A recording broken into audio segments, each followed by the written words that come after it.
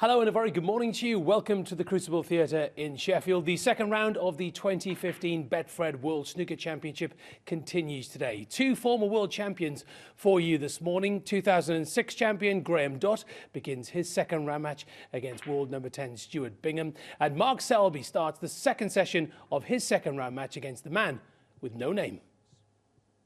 He's got a licence to thrill. He's Anthony McGill. We've got to try and nail a nickname. Now, Licence to Thrill, I got a few hints on that one from John Parrott, but it didn't go down brilliantly from your side, I don't think, judging by your facial reactions in the tunnel. No, I was just surprised at it. I didn't realise that you were going to call me that. My first session, I don't think you gave me a nickname, and then you came out with that, so I was just a bit taken aback. But it's not the worst I've heard, so well done on your efforts. There are a few others that have been floated around. Now, let's clear one thing up. You definitely don't like McNuggets. No, it sounds like a fast food meal. OK, no problem. And you are your own man. You're not growing up in Steve Davis's shadow. OK, so we'll dispatch that one. A few people on Twitter have said Ginger Ninja. I'm not sure about that one. Well, I'm not a ninja. I'm a snooker player. So that puts that one to bed. Okay. Are we leaning towards keeping it for now, or should we drop the nickname entirely and just call you Anthony McGill and get you out there to do your magic? No, I like a nickname. I keep Licence to Thrill right now, unless anyone can come up with anything better.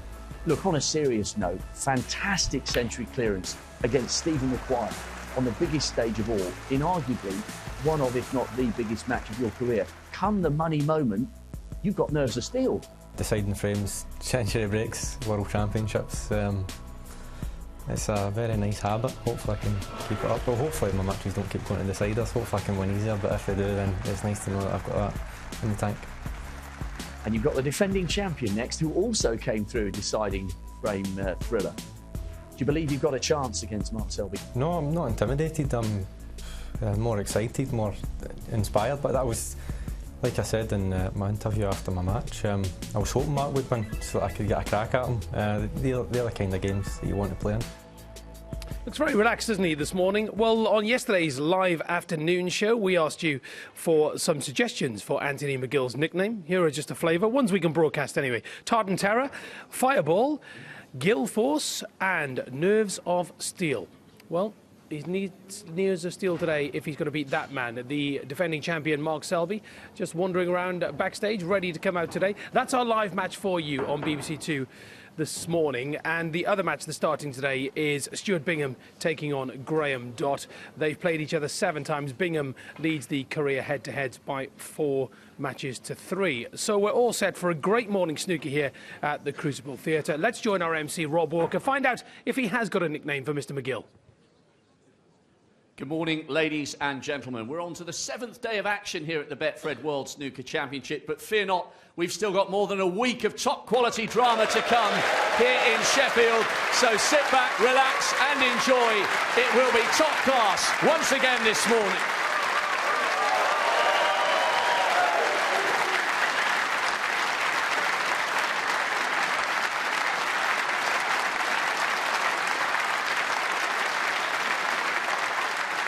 Please welcome, first of all, a player back at the Crucible for the 16th time.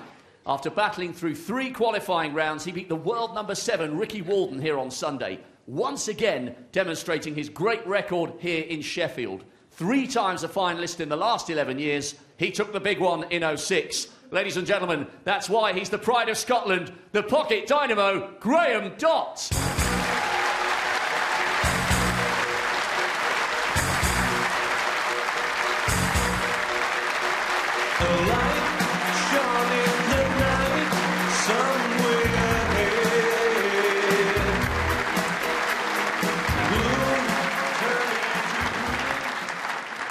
And his opponent, a player who has graduated from the fringes of the top level to the very heart of the game's elite. Winning his first major title in Australia in 11 seemed to give him the belief he could take that next step. He's since won the Premier League and arrives here as the reigning Shanghai Masters champion. He's Stuart Ball Run Bingham.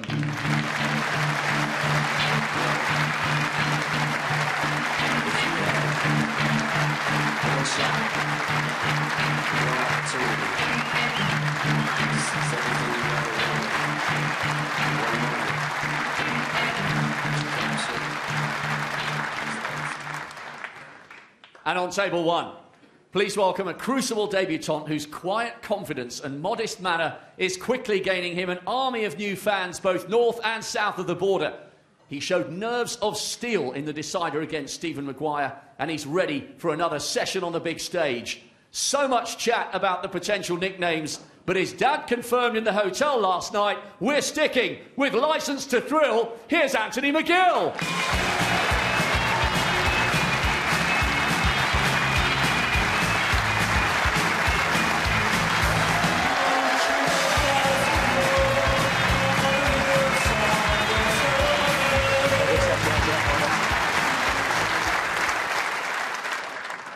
And finally, his opponent. One of the nicest guys off the table, one of the toughest to beat on it. He never gives up and never loses his cool. 3 times a Masters champion, 6 times a ranking event winner. He's the reigning German Masters and China Open champion. Ladies and gentlemen, here comes the world number 1, the defending world champion, the jester from Leicester, Mark Selby.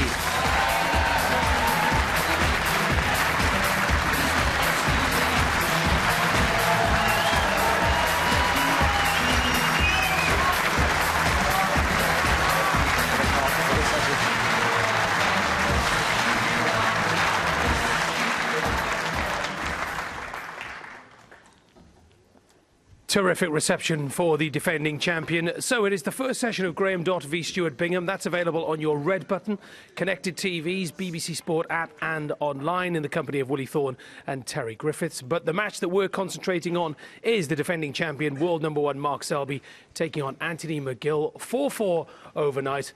Let's get ready for a great morning snooker here at the Crucible. Good morning to John Virgo and Stephen Hendry. Morning, Jason. Good morning, everybody. And you could tell by the reception, the Crucible Theatre is buzzing. Packed house as usual, 10 o'clock in the morning. Really looking forward to this one. Anthony McGill may have had a couple of negative thoughts when he came out of the first session, because he missed a black off the spot to have an overnight lead of 5 frames to 3. But he's got to put that behind him, Stephen. Yeah, I think I said yesterday in commentary, I think if someone had offered him 4-4 after the first session, he probably would have taken it. Here's the missed black. I actually said at the time, he started laughing after the double, and I said in commentary, oh, just get back, concentrate. I fancied he could miss it. But why not stun that in? Dropping it in so dodgy. Yeah, you can see Mark Selby's reaction. So what doesn't favour one pleases another. Always someone can take something out of it. Not a bad safety, but didn't find the baulk cushion. And there is a possible pot. There's the average shot time. There you go. Couldn't be better. 25. It's not bad. High break. Not a century yet in this match, which surprises me.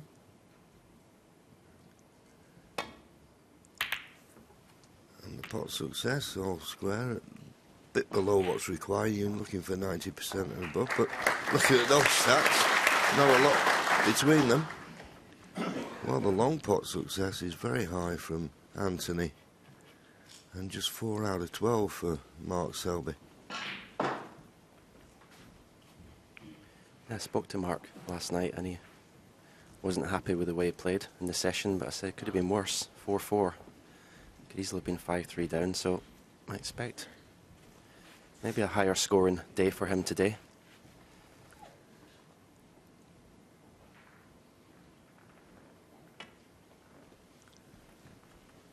This needs to run.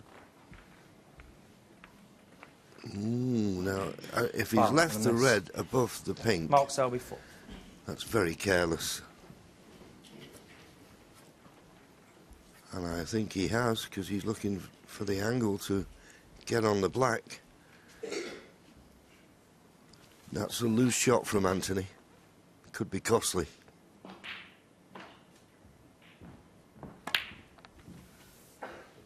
One. He'll be kicking himself for that one.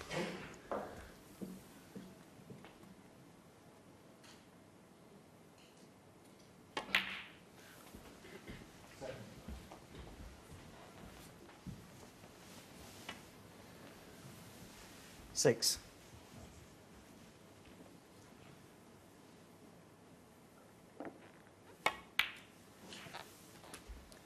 Seven.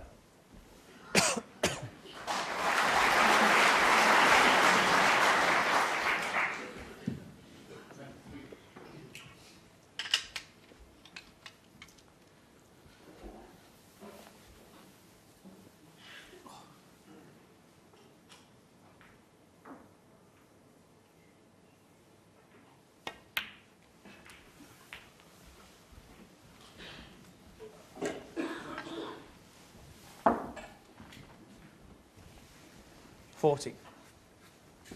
Don't know if he can just follow through and brush off the pack for the black to the left corner. May have to go up for the blue. Now he's playing top spin, so just a little flick off the bottom of the pack. 15. And he's got a little bit too much angle, I think, to screw into the pack, so he may have to play a stun shot.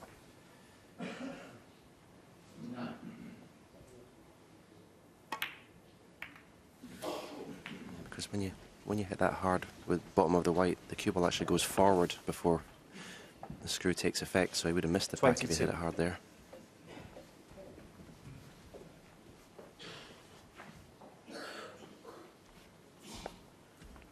So on this red, hampered, but no difficulty. Doesn't have to do anything with the cue ball. Just having a look at the cluster to see if there's any plants. Because he won't really want to play for the red along the top cushion.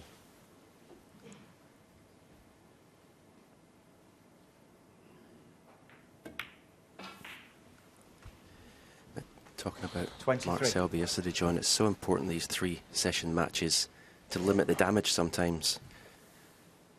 You know, instead of losing 6-2, lose 5-3, or yesterday, instead of losing 5-3, he got out with 4-4.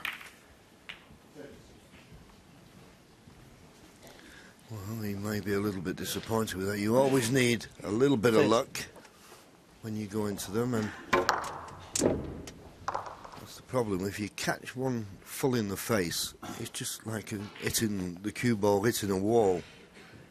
So he's on nothing. Yeah, completely different mindset in these second round matches. The first round, although the best of 19, it's long enough. It's can get a little bit edgy, whereas now we're into the second round, best of 25, 3 sessions, 2 of 8, 1 of 9 if needed. So it allows you just to relax a little bit and not panic when you go a few frames behind.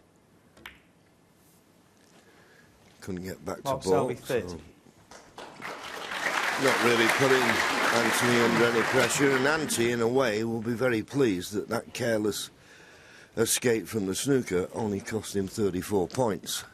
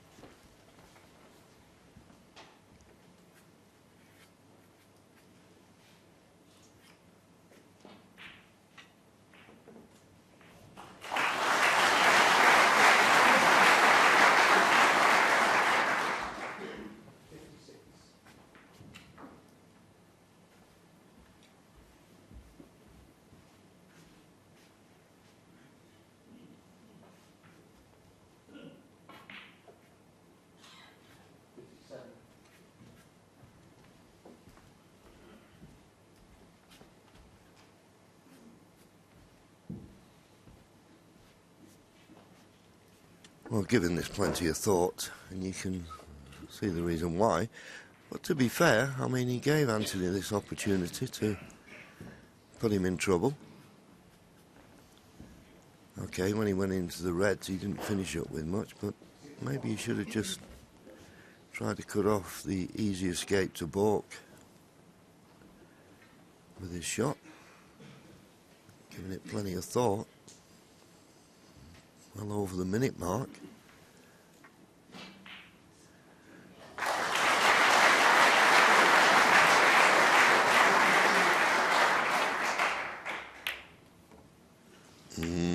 Caught it too thick. Now how's your luck? It could have been worse, I think. Well, maybe there's just enough room to get the cue through those two reds. Yes, he can get through to the red that's over the corner pocket. And look at the lovely gap. The only thing you've got to be wary of here, and he will be, that he's going to push his cue through that gap. Careful you don't foul the red.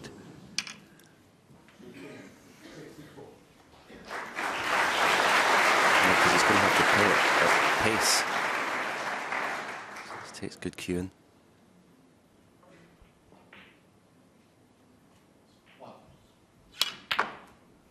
Oh, well done. He's got the same gap again. Not quite. But it's okay. The black's easy enough. He's going to have to put a lot of left-hand side on this. But he did cue this one well. This time it's not as difficult. Well, he's using the spider.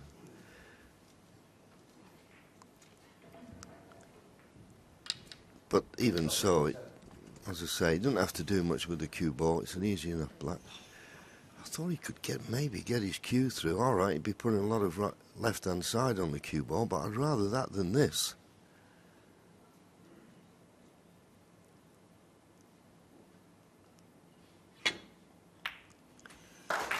But he's played it nicely.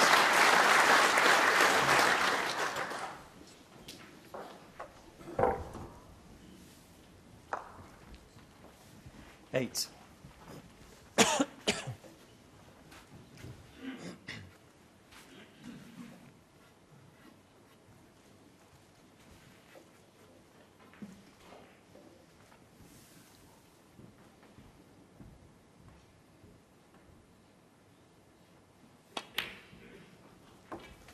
Nine.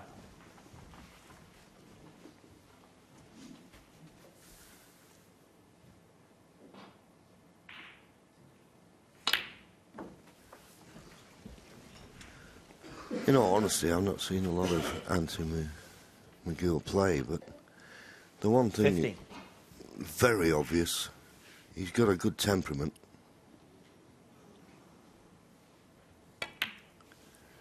I know he does a bit 16. of smiling around the table. Sometimes that can help you just relieve that little bit of nervous tension.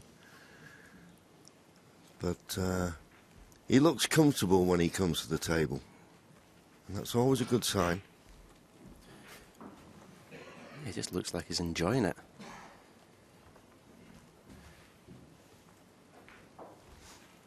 Crucible's not the easiest place your first time here, but he just looks like he's loving every minute of it.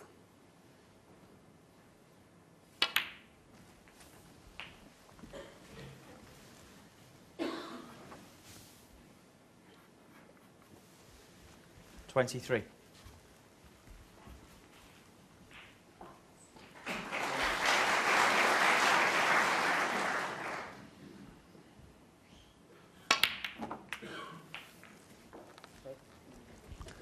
Well, decided to take the bull by the horns there and bring other reds into play. Not a bad idea, but as we always say, you try to move a red when potting a red, you're not certain to be good on the colour. What helps him with this blue, the green's not on its spot, so just concentrate on the pot.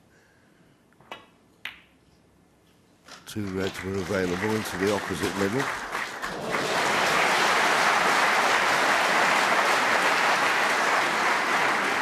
$29. think he'd rather been on the one that's closest to the bulkhead here.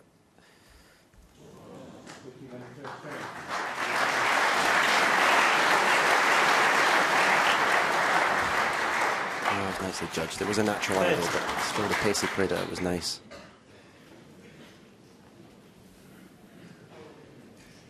So it's turning into slowly a decent opportunity, this.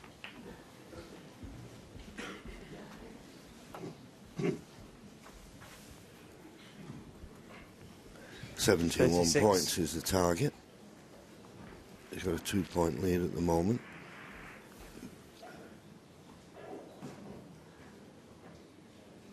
And he's got 36 points on the board, so another 35 points needs to be got, and that's if he takes blacks with all the reds. So he'll need most of these reds now to clinch it.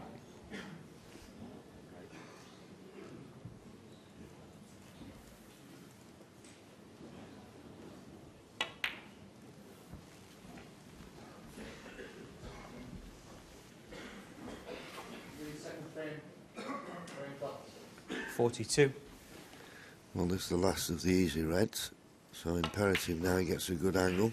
43. Play for the blue. There's the one on the left-hand side of the table. There's a 2 on the right-hand side as we look. He's playing for the one on the left-hand side. Well, he decided to play for the one along the top cushion. Don't see many players play for these because these are tricky. 48. So he's obviously feeling very confident, but needs to be very accurate with this one.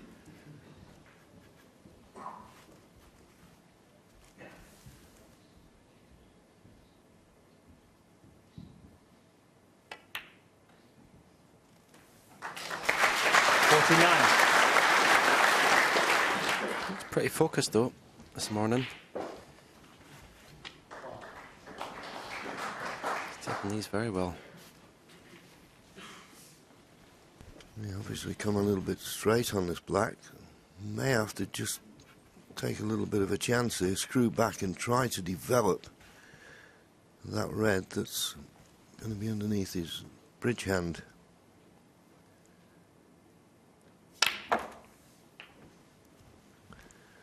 Well, I think that's what he tried to do, but just didn't find it right. 56.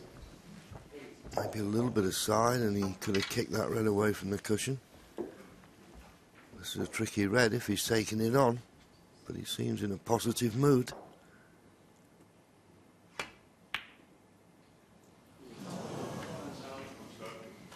Anthony McGill, But 56. as was the red along the top cushion, it was difficult, missable. And equally so was this.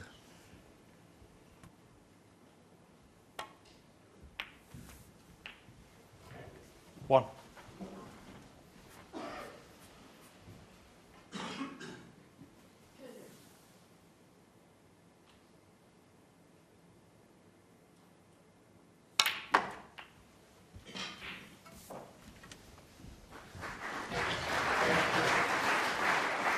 Well, he played that about as well as he could.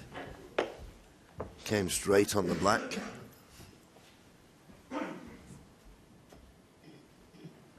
$14 points behind.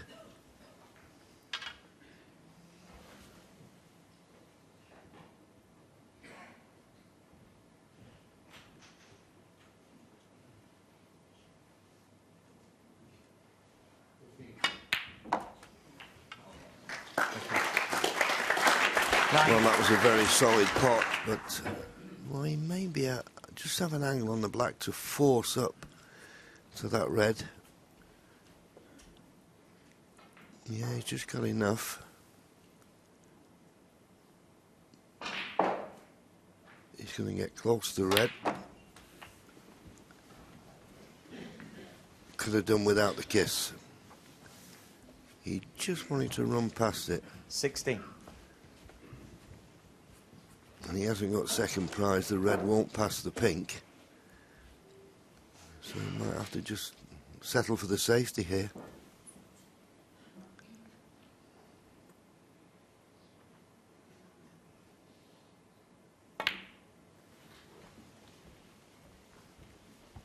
Mark Selby, 16. And played it well. And with the colours in the open, it's the age-old problem here. It's quite an easy hit coming off the left-hand side cushion. But can you get the red safe?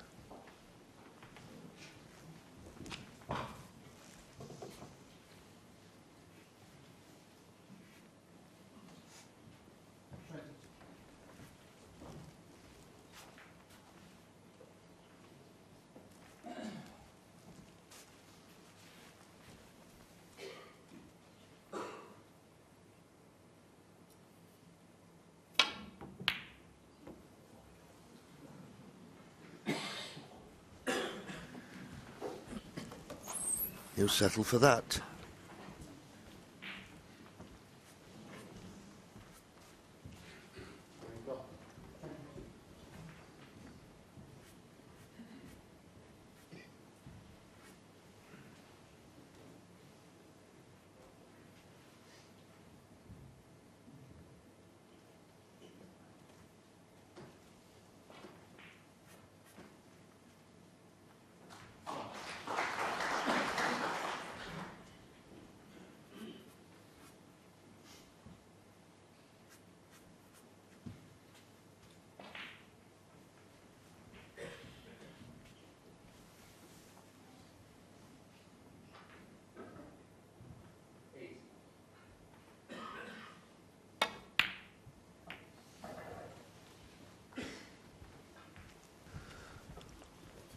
Well, you'd have thought the flick on the blue would have spoilt the shot, but as it turned out, the pink has come in as the snookering ball, unexpectedly.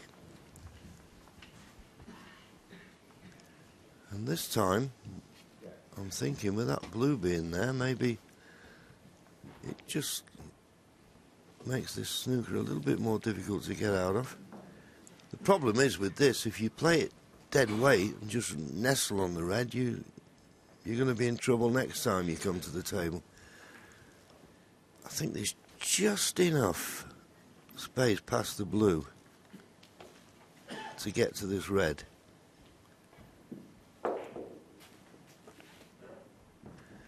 That's the line. Have to play with a trace the left-hand side, you would have thought. But it's how do you play it? Do you play it pacey or do you play it slow? He's going for the slow one. Right on line, right on line. Lovely touch, lovely touch. And I'll tell you what, he's hit it that well, but he's not left an easy safety shot for his opponent. Well played.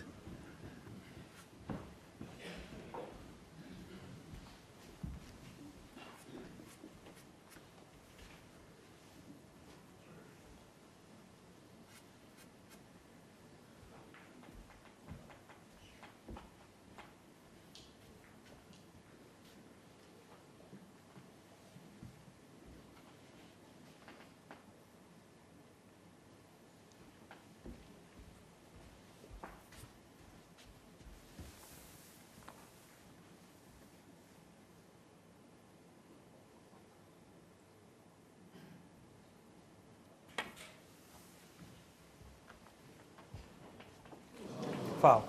Well, that's something Anthony that was McGill, four. unexpected, but as I say, it was such a good hit for Anthony McGill that he left Mark with not really a good safety.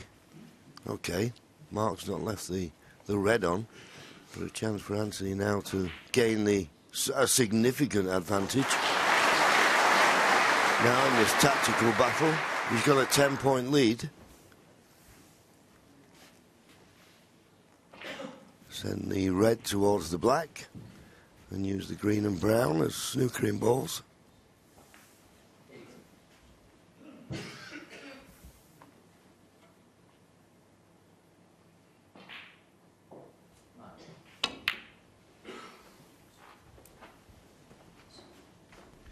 Just needs to slow down a little. That's okay, he's got the snooker. How quickly the rolls can reverse. You'd have to say now that Anthony McGill is favourite for this frame.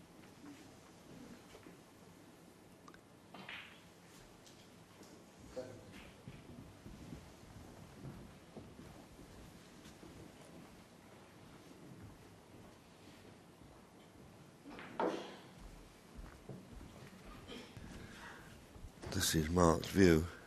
I think the yellow may be blocking the escape route down the right-hand side as he looks, left-hand side as we look, but it looks an easy enough swerve. But maybe he doesn't feel as though he can get enough pace into it. If he comes down the right-hand side of the table, he's got to be careful he doesn't make contact with the black here.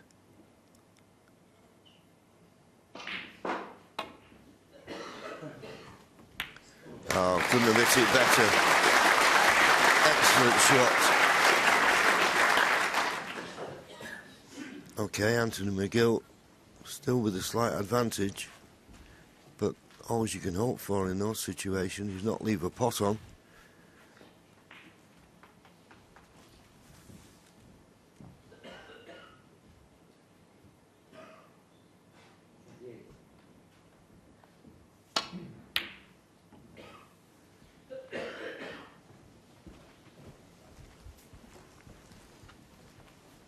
To make the most of that opportunity, and this red will pop past the pink. Sometimes difficult when there's been a long bout of safety. You're presented with a long shot.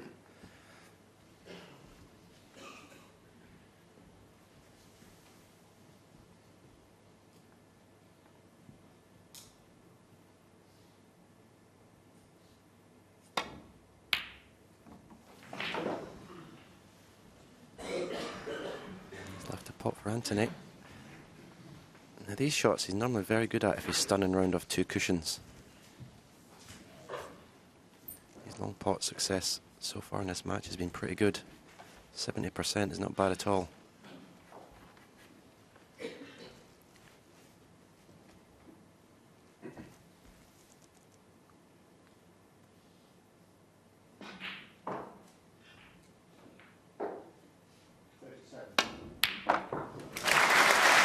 There's another one, I think that's 15 out of 21 is potted.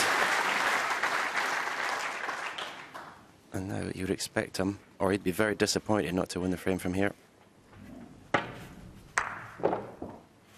Yeah, good pot, and held this side of the baud line to give him every opportunity.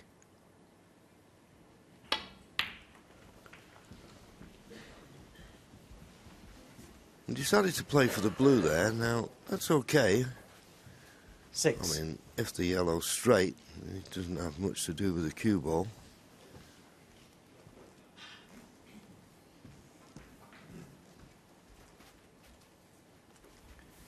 Bit of pressure on this.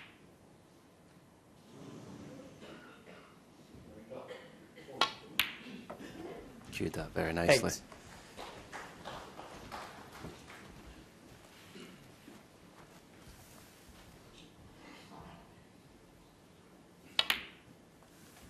$11. So, just the brown. And that's the 50. first frame of the morning in the back. And as you said, Stephen, he looks to be enjoying himself out here, and there was a little bit of pressure on that yellow a few moments ago, but he cues it as smooth as silk. That's always a sign when you look at a player's cueing action. He's nothing jabby about it. So he may have been disappointed that he lost the last frame of the first session. To stop him being 5-3 in front, but he put that in the back of his mind, and he wins the first frame of this morning's session and leads once again, 5-4.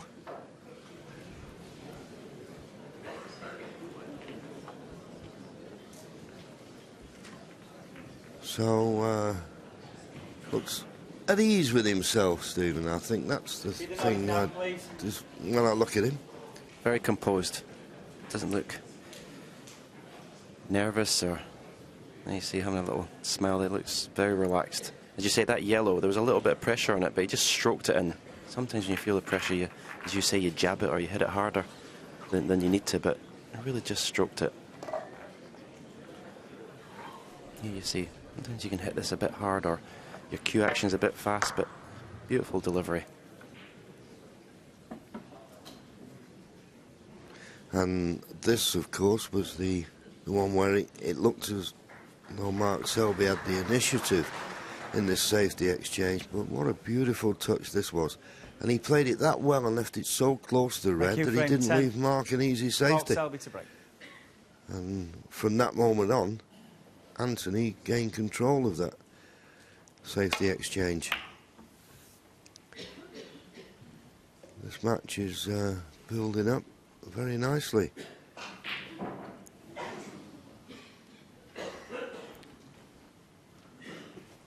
I also thought, Stephen, it was interesting when he was asked about playing Mark Selby. He said, I was hoping he got through because that was the, you know, I wanted to meet the world champion, world number one on the big stage. So that's a positive attitude.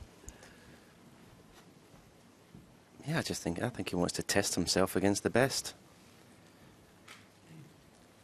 And if he's going to have a successful winning career in snooker, then these are the players that he's going to have to come up against regularly and beat.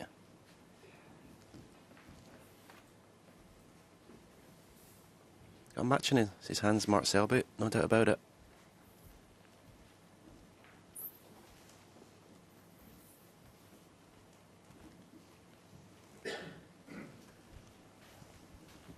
There's no pot he can play here. He can't pot his way out of trouble. So he can clearly get through to the reds. He's just concerned those two reds on the left-hand side of the table. He's got to find a good cue ball, otherwise he'll tempt Mark into going for one of those reds.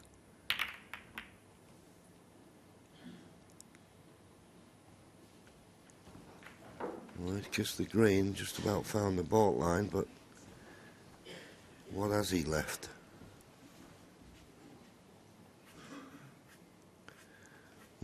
Those two reds that he was concerned about are both covered by the blue. A little bit fortunate.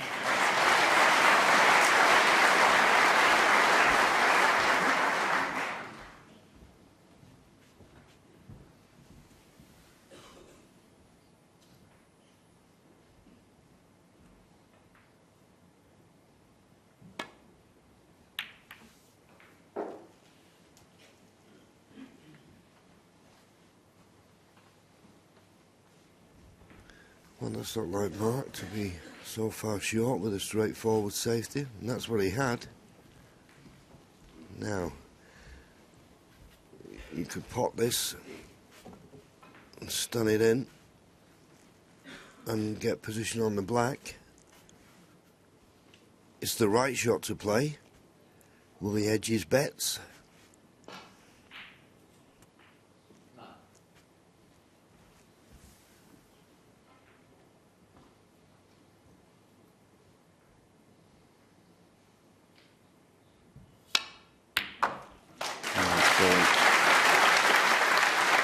One.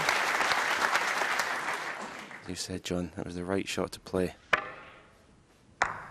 Positive shot.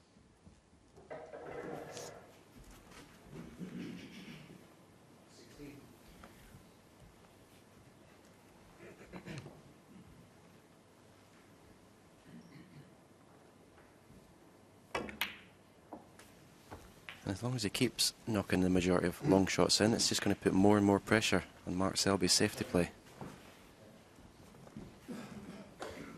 8.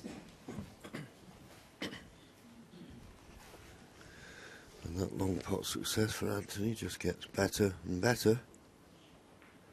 This will make the black available into both corners. Once he's removed that red. 9. So this is an excellent opportunity here.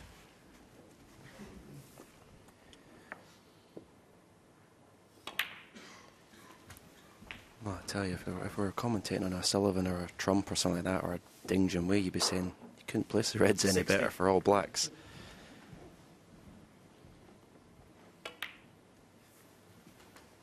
What a 7. chance. I know Anthony won't be thinking about it at the moment, but he's thinking of getting this frame one, but you certainly couldn't place the reds any better.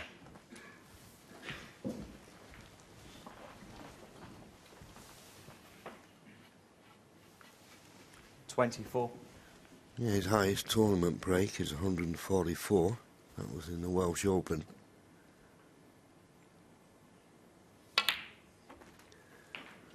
No thoughts of a maximum. 25. No, I played a little careless shot off the black to leave himself low in that red, and now he's not got a nice angle in the blue, so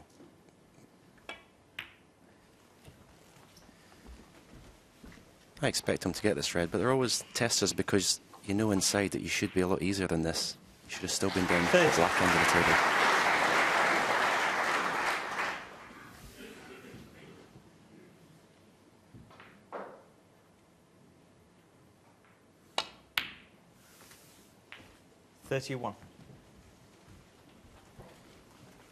At the moment, he's not overhitting anything.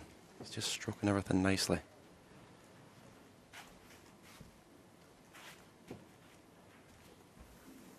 Now, this was the type of black he missed in the last frame yesterday. He didn't miss it that time, but then he stunned it in.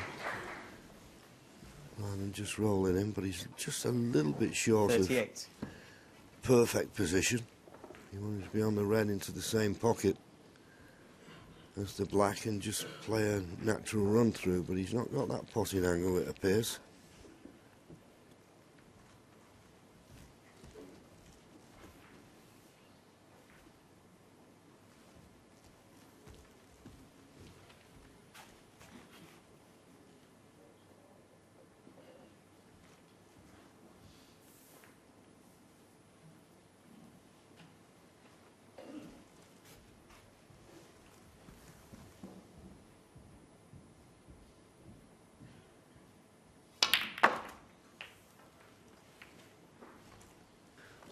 Well, nice flick on the blue. It just slowed the cue ball down. He doesn't have to necessarily play the blue. He's got a choice of green or brown. Problem with the blue, it's a thinnish contact. And you've got to avoid a kiss on that red that's tight to the top cushion if he plays the blue.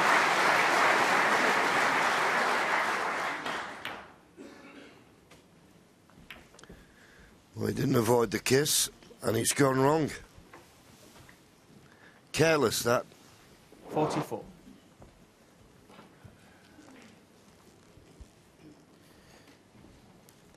Yeah, from very early on, was it on 24 something? He lost position on the black, and it's amazing. You lose that position the first time, how hard it is to get it back in perfect position.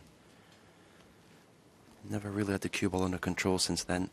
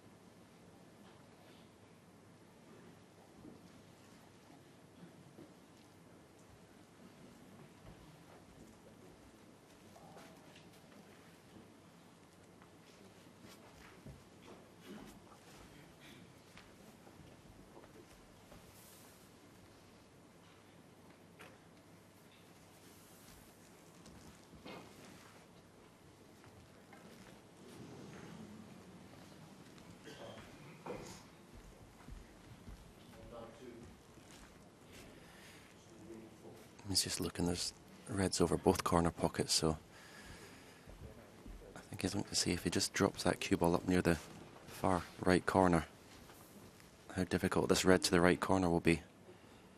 Needs to get a good cue ball here, though.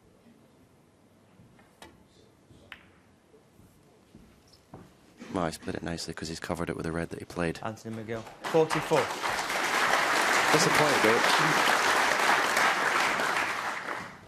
He needs to win more frames in one visit in this match.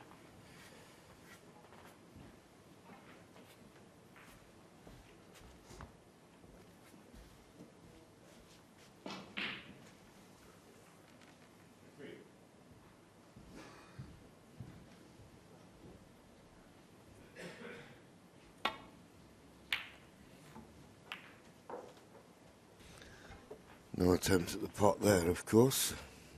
Just trying to get that cue ball back to where it was, and he's made a pretty good job of that. The blue's covering the red to this left corner, so he's not left the pot on.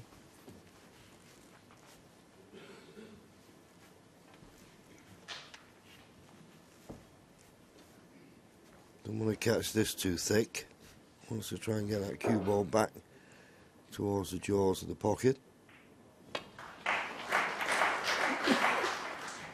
Of course, when you play that, there's always a chance you could go in off if you get too close.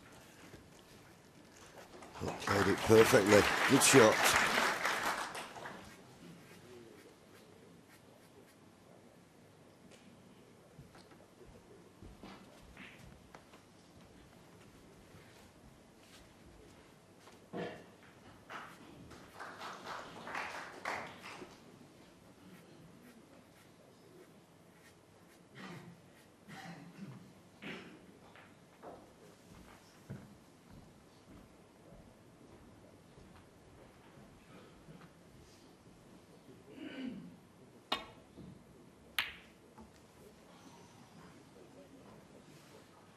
It nearly went all wrong there.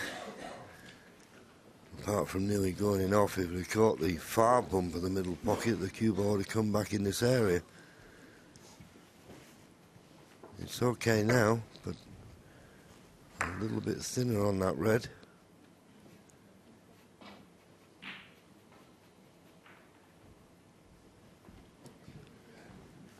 And Mark Selby knows, of course, that if Anthony McGill gets one more opportunity, having a 44-point lead, he could win the frame. Can he hit enough of this? It's close.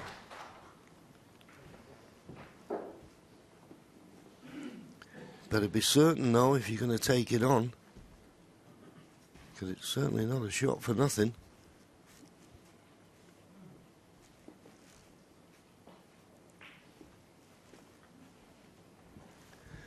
Keeps looking at this pot because there's no easy safety.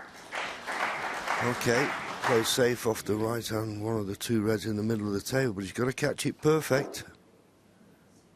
No margin for error here, and there wasn't. He didn't catch it, caught it too thin, and left a nice easy starter for his opponent.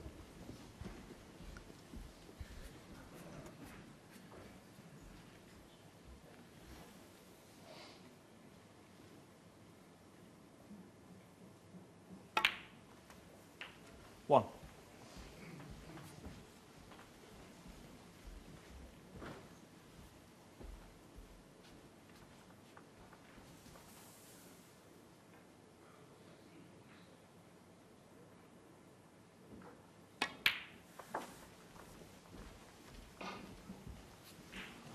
I think he can get on the black here, you can mark, if he should so wish. Seven. Obviously the pink's still in the open.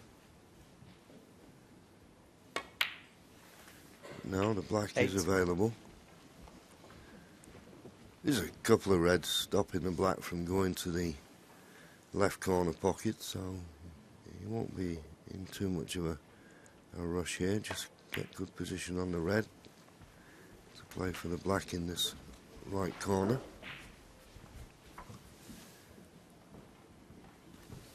15.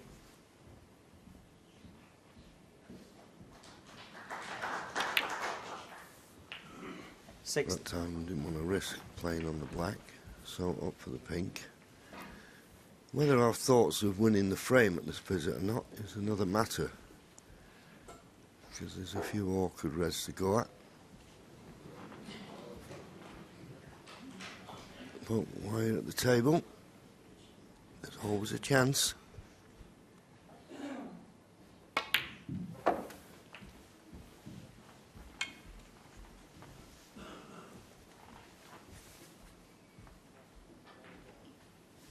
$22.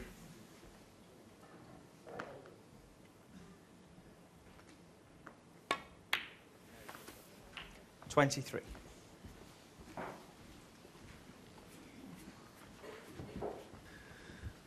Now, I don't know if you can stun around the back of this red and play for it in the same pocket as the black, or play the cannon on it. No, decided he could just drop it in and avoid the kiss. And now one of these tricky reds along the top cushion. 30. Particularly, the more pace you put into this, the more accurate you need to be. well, for some reason, decided to play the cannon on the 31. red to the left of the black. Well, if you can get on the black, why would you want to do that? He's played on the black 3 times. Yeah, it was a strange choice of shot.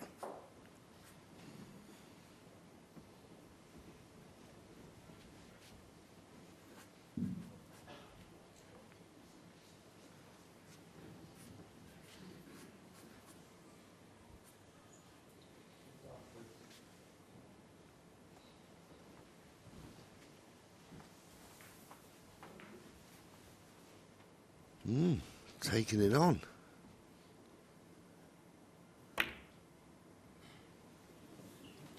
Oh, good shot. What a good shot that was. I think he was playing it more out of a bit of annoyance than anything else. Wondering how he managed to get the cue ball there, so went all out for the pink.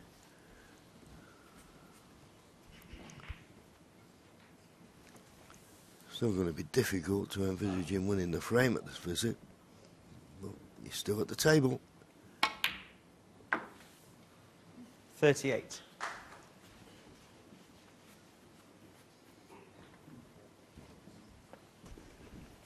Can only assume, because he had an opportunity there, this red just to the left of the black is not available into the right corner. So therefore, he's looking to see if he can get to a position where he could possibly cut it in. If it was available into the right corner, of course, it wouldn't be a problem with position.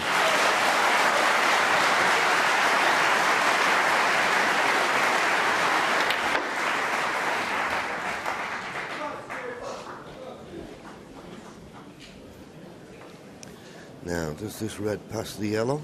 43.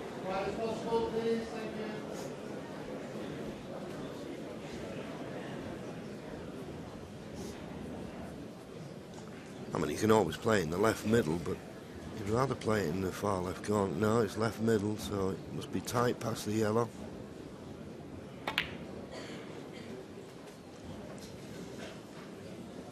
.44. So the point's now all square, but this is where the hard work begins.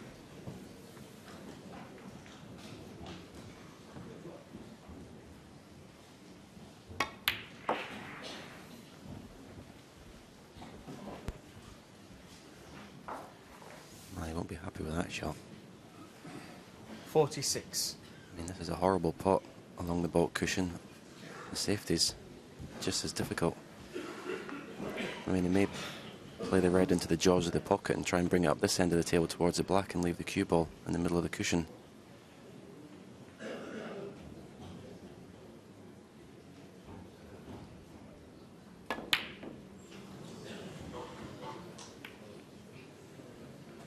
Yeah, good Well, shout, Selby, Stephen. That's 46. exactly what he played. But of course, you're never certain where the red's going to finish. And in all honesty, okay, he's got a good cue ball near the baulk cushion, but he's left the red on.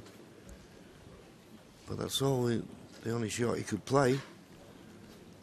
Now then, this will be a test of the long potting for Anthony. He's passed most of the tests so far. Can he knock this one in?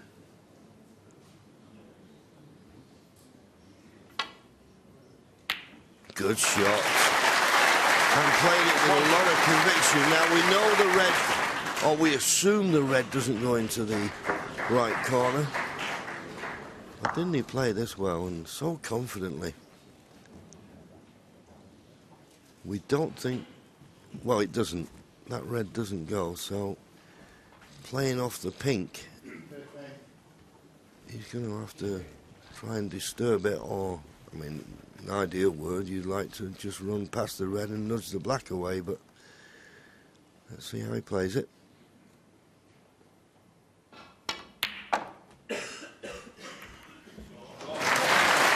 settle for that. Great shot. That is a bonus, isn't it? Yeah, the shot, I mean, obviously the shot you played was ideal, but if you go past the black, you're obviously snookered, so he had to play into the red, trusting a bit to luck. But I think from the long ready pot, he deserved it. 8.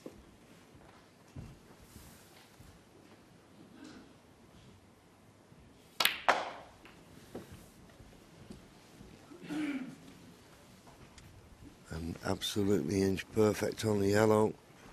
So no reason why 15. he can't win the second frame of this morning session.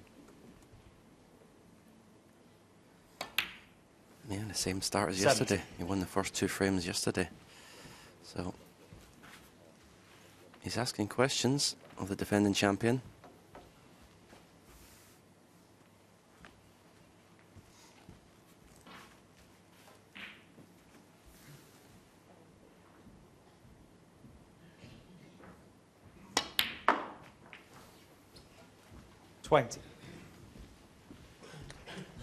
So this Brown is putting 22 points in front with 18 remaining.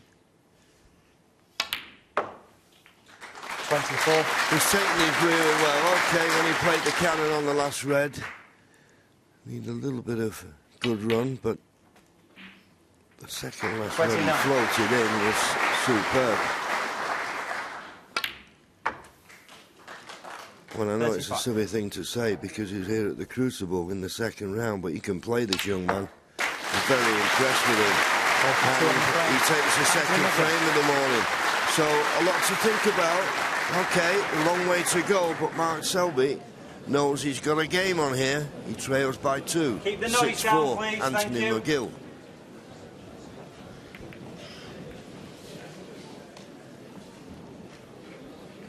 McGill. And whenever you look at a game of snooker, Stephen, you know, and you can play safe and you can get in, and lots of people, and, you know, they get in and make big breaks, but one of the great advantages, you can get in with your long potting, and Anthony's long potting at the moment has been superb. Yeah, and as we watch the couple from the last frame here, that he's playing them positively. He's not thinking about safety. He's not overhitting them. I mean, this was a shot that, I mean, as a pro, you expect to get it, but in this situation, there's pressure on it. If he misses that, he leaves everything on. And again, this one, he could play it hard if he wanted, as the cue ball into baulk. Positively for the pink. Yeah, there was no thought, was there, in his head of playing it as a shot for nothing. So we'll have a look at the stats. 74%. I always think, you know, if you have a long pot success of about 2/3, 66%, I think that's pretty good, because sometimes your long pots, you're playing them half as a shot for nothing.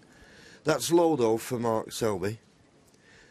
Anthony McGill's got to 90% now. 90% and above pot success, I think, is definitely what's required if you're going to win one of these matches. Mark Selby just below that. Safety success, not bad. High breaks, bit low, because obviously both players have had chances. Yeah, I think if I was going to nitpick with Anthony McGill's game, I think that's one thing he needs to probably do more consistently, is win frames in one visit. Certainly if you've got aspirations of winning a world championship, you're going to have to do that. Yeah, because, you know, okay, in that frame he got a couple of chances, but sometimes just one chance is all you're going to get. Frame 11. Anthony McGill to break.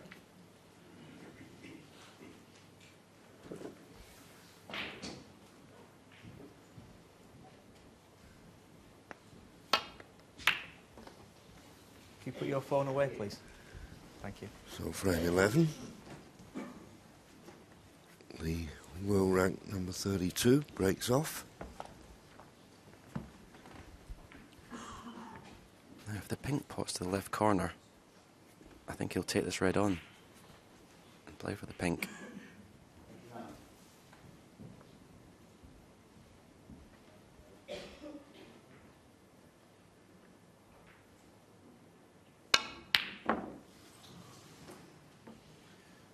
Well, it did go, and there you see the difference. Selby played that shot with an element of safety. I think Anthony McGill would have played for the pink there. And I think you're right, Stephen. I think he'd have more or less tried to float it in and played it a lot more positive than Mark did. As you say, he was trying to screw up the table and think, well, if it doesn't go in, I might get away with it. And he has, as it turns out. The Blues come to his rescue.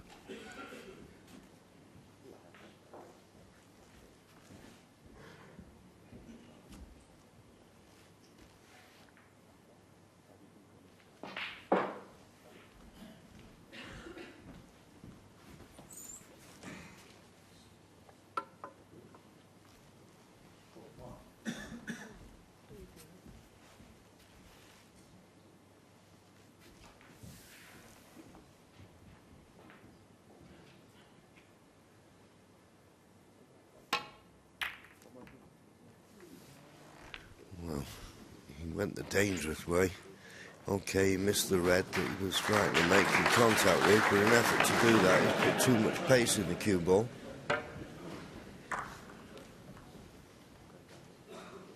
the only question is, okay, Mark Selby can pot this red to the left corner.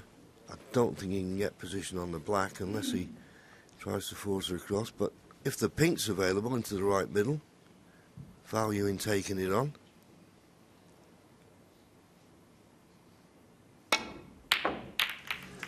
But once again, playing it with a lot of pace, trying to get that cue ball back in the baulk end. And of the two players at the moment, you'd have to say Anthony McGill is looking the more comfortable.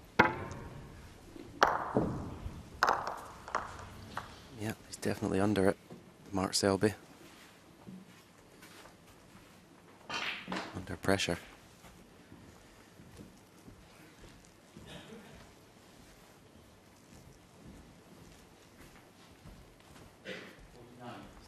Not left a straightforward starter, but a couple of options. I think I prefer the red to the right centre, just stand in for the black myself.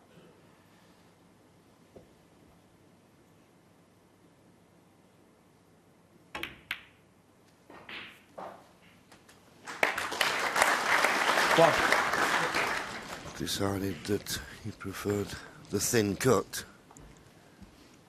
And a little tap on the table, almost an apology to Mark Selby. Why you would, that tells me he can get through to the black, and there you see it.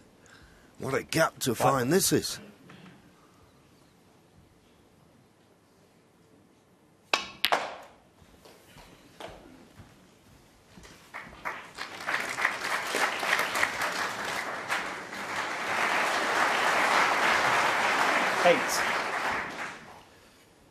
I don't think he's finished straight on this red, so he's just looking if he plays a cannon into that little bunch of 5 to leave himself on the black.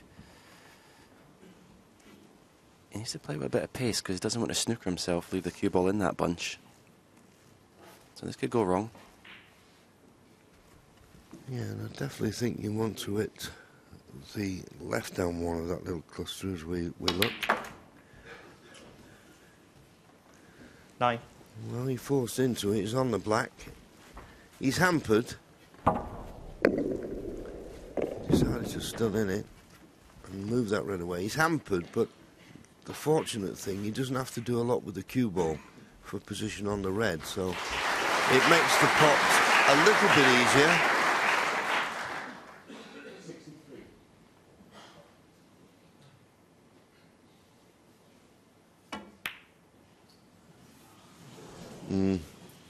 Anthony McGill. A little bit easier, that was all. So it was a good opportunity there. And it's gone. And now a good opportunity for Mark Selby. The Reds couldn't be better placed.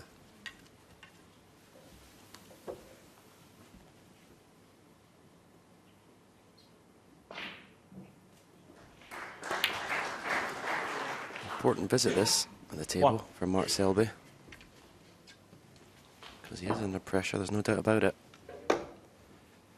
As you say, he couldn't put the reds any better. Once he gets this black on the spot, it's hard to see him not winning a frame from here. But when the pressure's on, you can miss anything.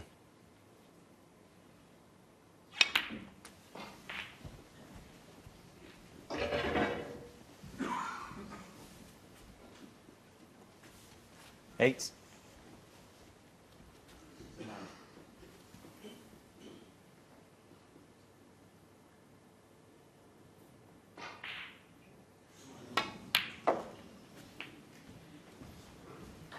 9. He just under-hit it. A look up to the heavens. Can he cue past the red? Well, just about, but he wanted to be straighter on this pink. But it's okay. Had a red just above the pink to slow the cue ball 50. down.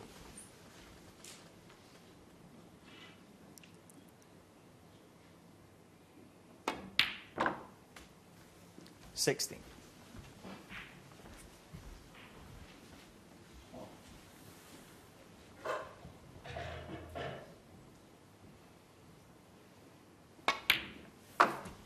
So this is a good opportunity for Mark Selby. He's lost the first 2 frames this morning. 69 is his target to get to the snookers 22. required. It always makes me, well, amuses me that when players are hot favourite, well, that's only on paper. You've got to do it out there on the table. And this is an opportunity now 23. for Mark to say to Anthony, look, you make one mistake and it's going to cost you. And that's how you put pressure on your opponent.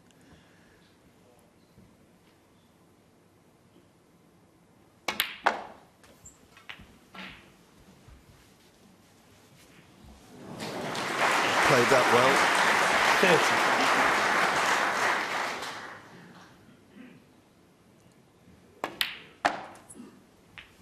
31.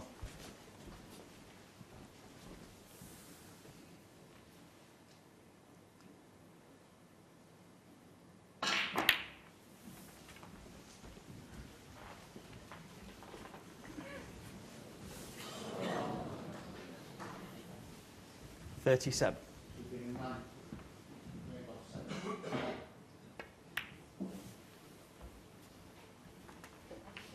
38.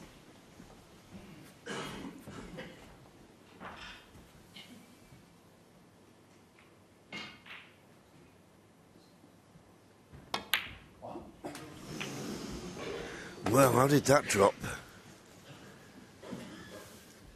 And he slapped his thigh, really. I 45. think he thought he'd missed it and was just saying, come on, concentrate. He's okay. He's just about on this red.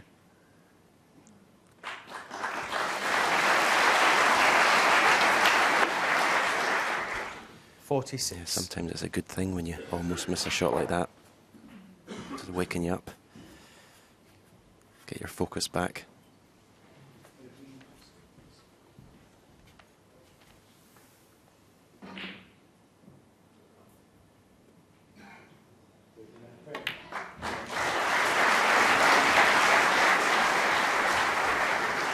Shot there. See the check side taking effect of the baulk cushion 51. and the cue ball back in between the green and brown.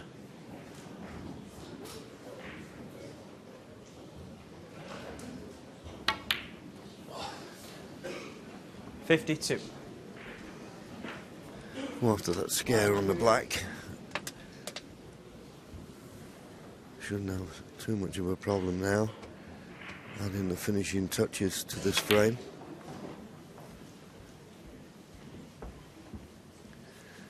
That equates really to 2 reds, 2 colours. 56. More than enough.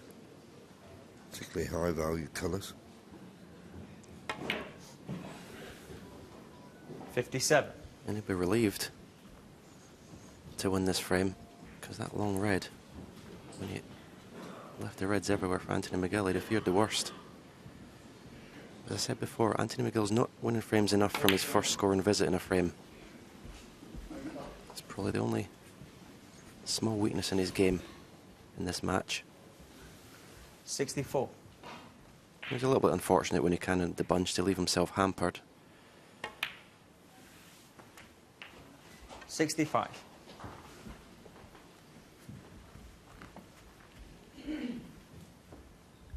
Well past the point where his opponent needs snookers. But as you so rightly say, Stephen, Anthony McGill had first chance in this frame. 71. 72. This was the miss, and as Stephen said, unfortunate to be hampered as he was.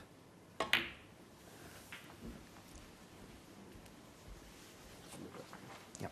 But that's what it's all about, this game of snooker. It's all 77. about fractions and potting the awkward ones. So he knows this frame has gone now.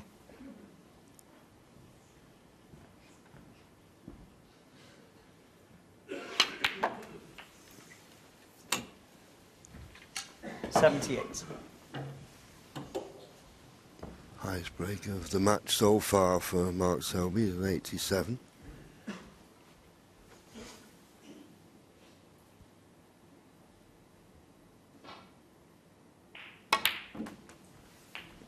Playing up for the red, playing the double to the left middle. If this goes in, 85. we might see the first century of the match. In goes the double, and 86. nicely on the black. And he'll be keen to make a century. Yeah, I was just thinking that, John. It's just what he needed. I want to clear the table.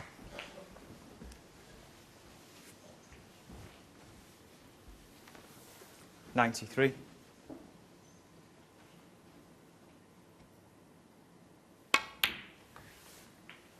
$95.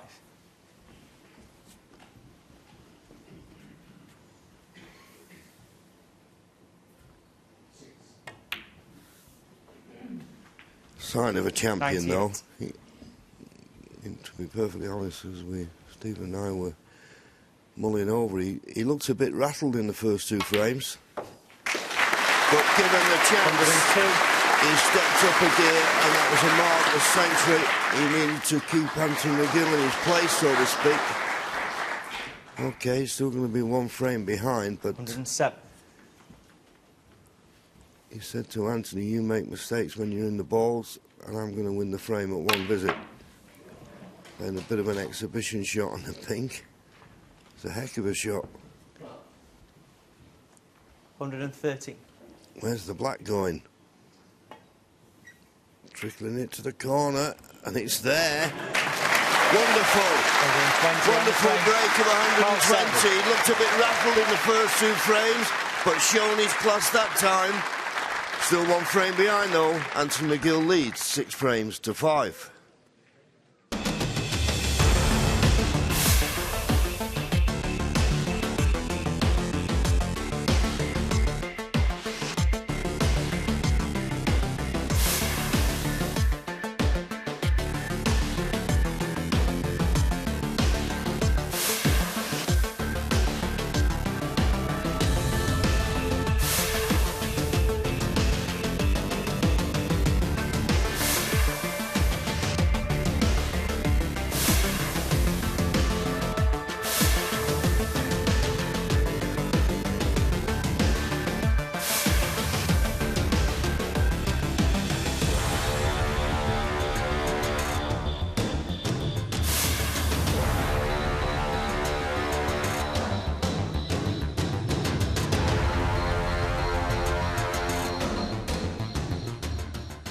Thank you, frame 12. Mark Selby to break. Well, a few facts and figures about Mark Selby. Wonder if he caught that piece of chalk.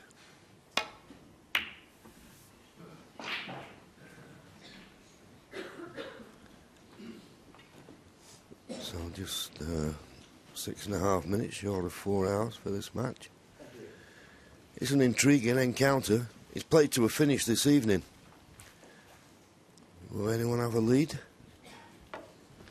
It's hard to know. Just over 21 minutes of frame, which is a little bit pedestrian, but he's had other qualities this match. And both now at 90%.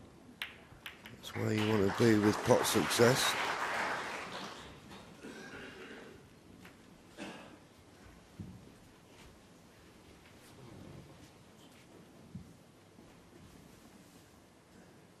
And this morning, look at that, that's high, 94% Selby, 96% Anthony McGill on the 3 frames that they played this morning. quality.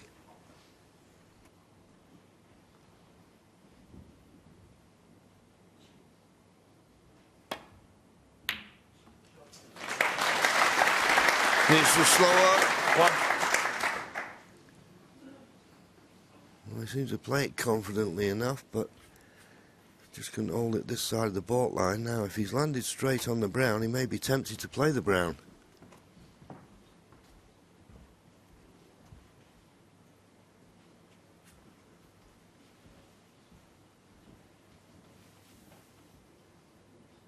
No, just off straight. It's a type of shot. If it had played the Selby. brown into this corner, it'd been going. The cue ball would have been going close to the cushion, close to the middle pocket. So, no use the risk. But that's a good long pot right in the heart of the pocket. He's not potted many of those in the match so far. But it just shows you, Stephen, he made that century in the last frame. He played that long pot a lot more confidently than he had been in the frame previous. Yeah, that's why it was important that he cleared the table in the last frame to give him that confidence.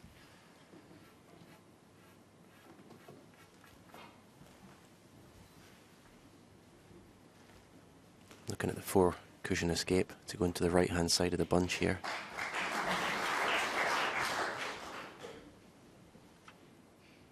You've got to be careful. If you don't catch this right, it can slide low. Well, he's played it absolutely inch perfect. Well done.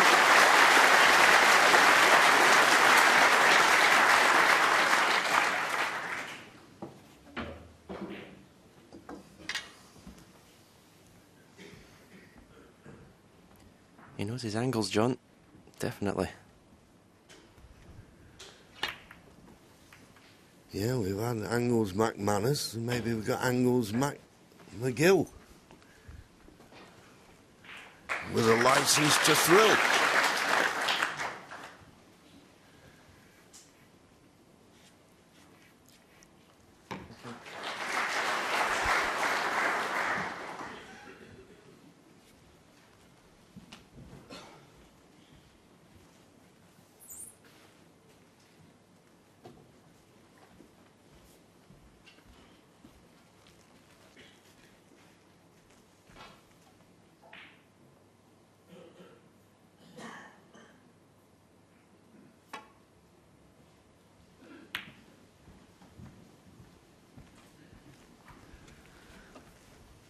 Well, just played the containing safety, but looks to have made a good job of it.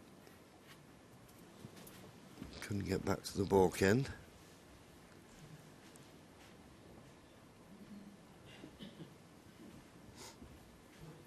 Proper match, this one, of course, and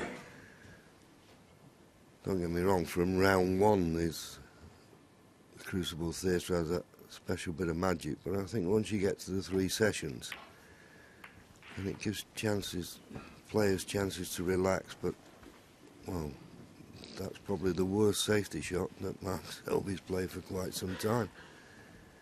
I mean, he's played just to get that cue ball tight to the baulk cushion. Look how far short he is. His opponent's got his hand on the table.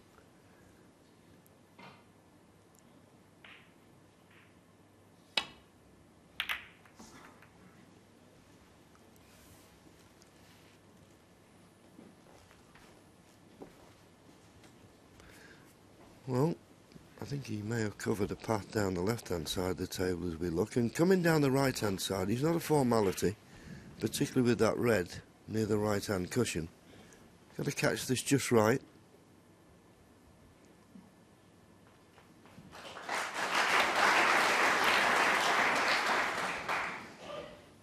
Just avoided the red and just avoided the blue. But still not the best length.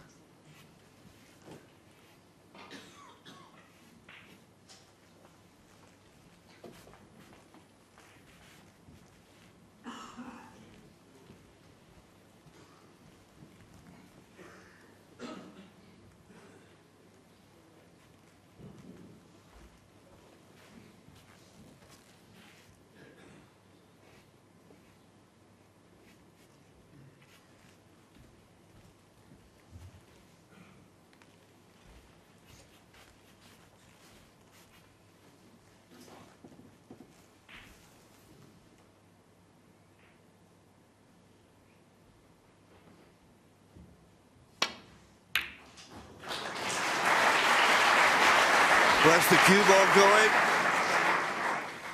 Foul. That's Mark the problem. Selby. He had to avoid the red on the left-hand side of the table, and then he was frightened of kissing the blue, and then once you take that gap, it's a line to the far corner pocket.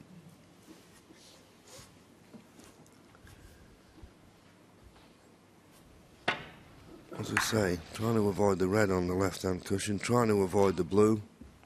Where's it go? In the pocket.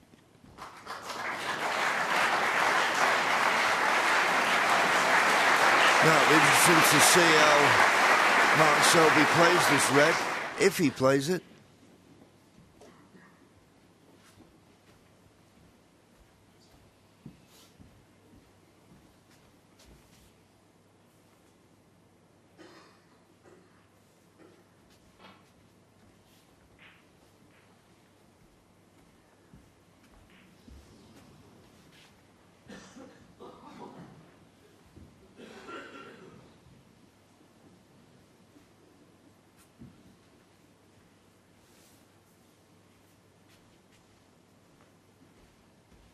Well, I think he's looking at a pot, possibly one to the left corner, or is it the one to the right corner? The one, yeah, the one just below the ping and stunning it round off two cushions.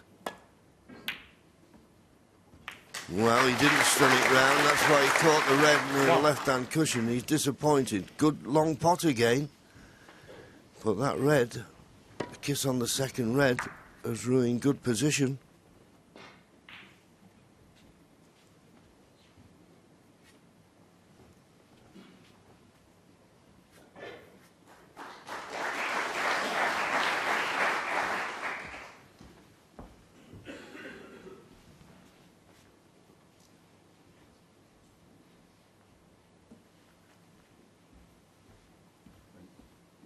Green ball.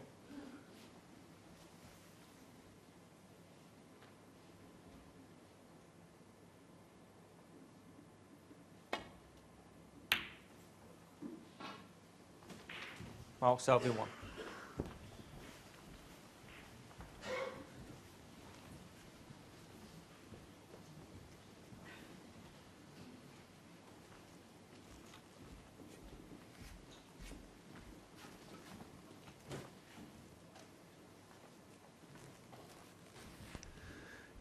There's no way he can risk trying to get back to the balk end without red in the other half of the table. That's why it was imperative that Mark Selby covered that red with the brown. So looking for a containing safety. Can't see an obvious one.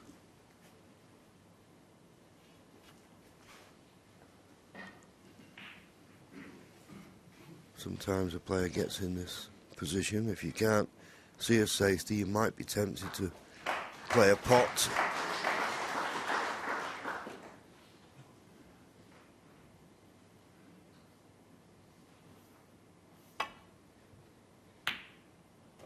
Tempted he was.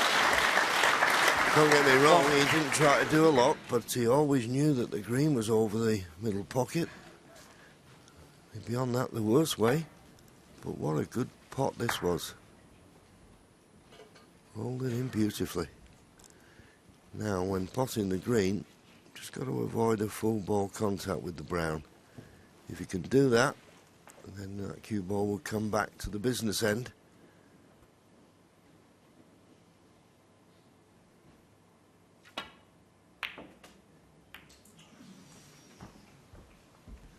Well, he did catch the brown, and that thin flick then caused the cue ball to hit the yellow. 4.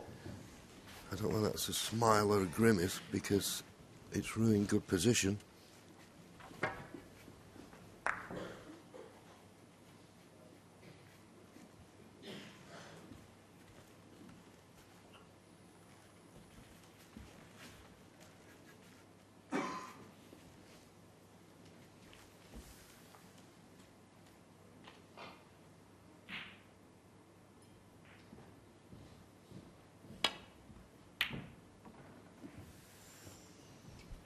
Doesn't want to flick that red, and that's exactly what he's done. 4. So a double whammy.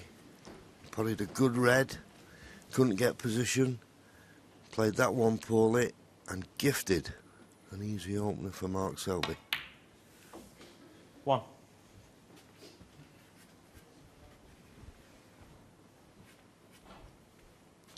Mid-session interval after this frame. Mark would love to be going in,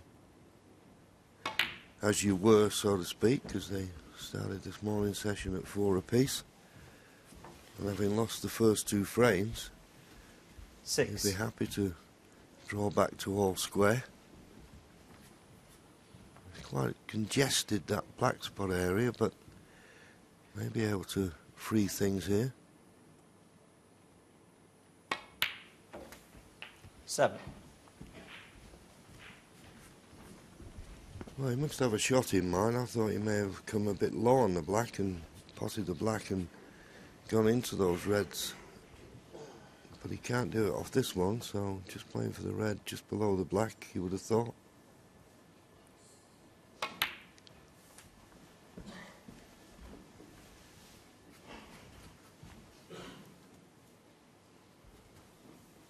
$14. He'll definitely play for your shot now, John. 15.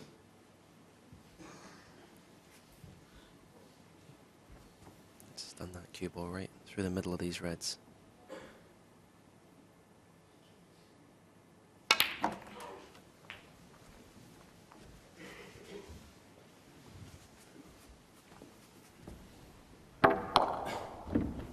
$22.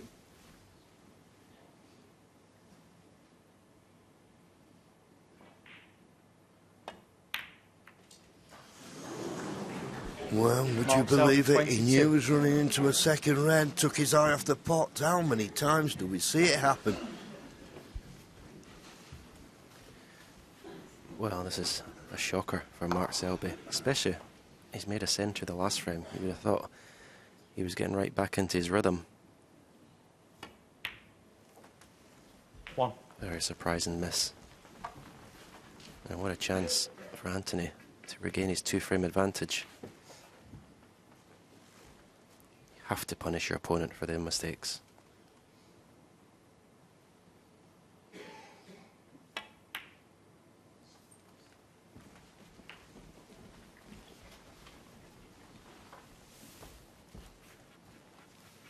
$8.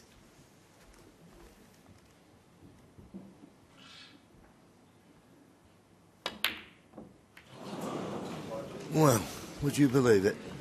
Anthony 1 McGill, minute, neither 8. player looks as though they can miss anything, and the next minute, all kinds of things are being missed.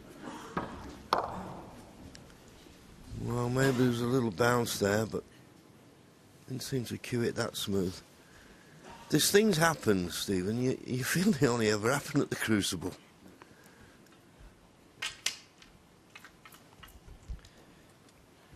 This is why it's the biggest test in snooker to play here. These long matches, session after session. They really find out any weakness that you've got.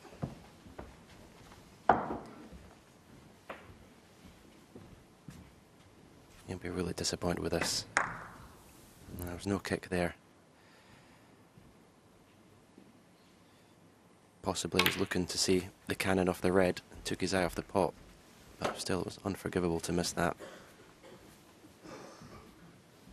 Yeah, and as you said at the time, missed a great opportunity there to get back that 2-frame advantage and punish Mark for his bad miss.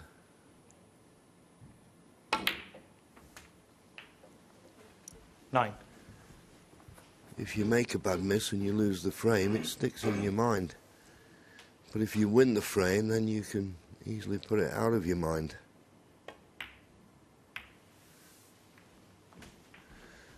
Played a nice little cannon there in the pink. It's worked out okay. He's got a 40. 30-point lead now.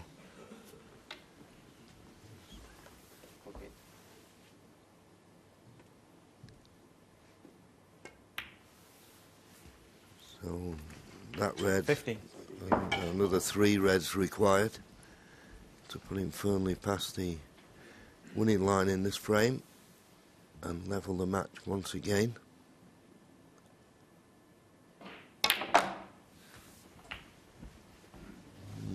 be happy with that one. He will not be happy with that. I don't even know if this 22. red passes a ping, and even if it does, he's going to be hampered. Didn't want to play for the red along the top cushion. OK, the cue ball bounced, but playing at that pace, it can't do anything else. This red does go, but it's tricky. He's hampered.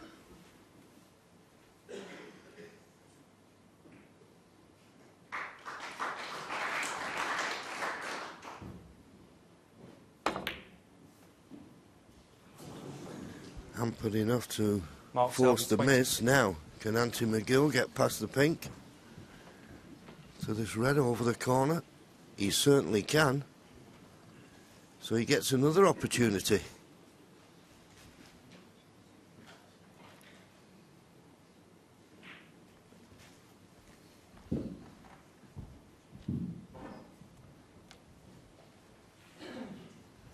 .38 behind, but 67 remaining. Well, he's having a look as though he looks certain he could pot this red. Surely with just a trace of right-hand side, he'd be able to bend it. They say the camera never lies. It's fibbing to us there.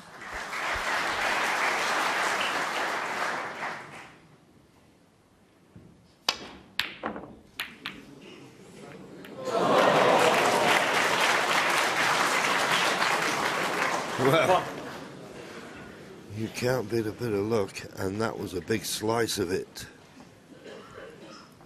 There's about 3 reds had a look at this corner pocket. Have a look at this. That one knocked onto that one, that had a look, that had a look, didn't want to go in, and then that one said, OK, I'll have it.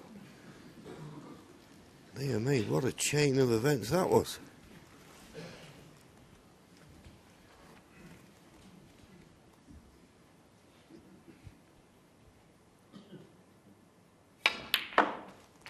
He's going to have to stop this politeness, though, John, apologising for these.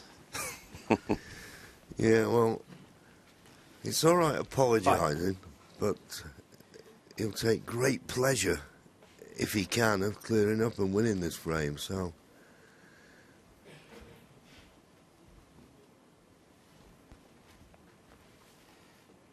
Yeah, we had a shot yesterday where he smashed into the pack and potted a red from the colour, so perhaps that's evened it up a little bit.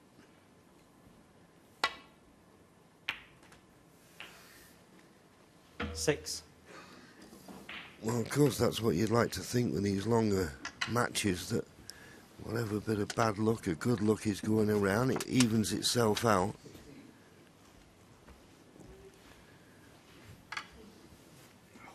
That's the theory.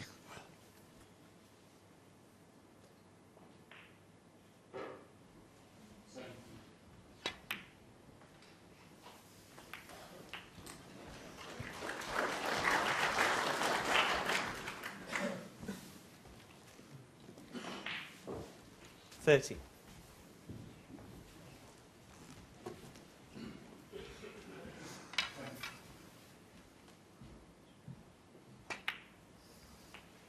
Thanks. 40.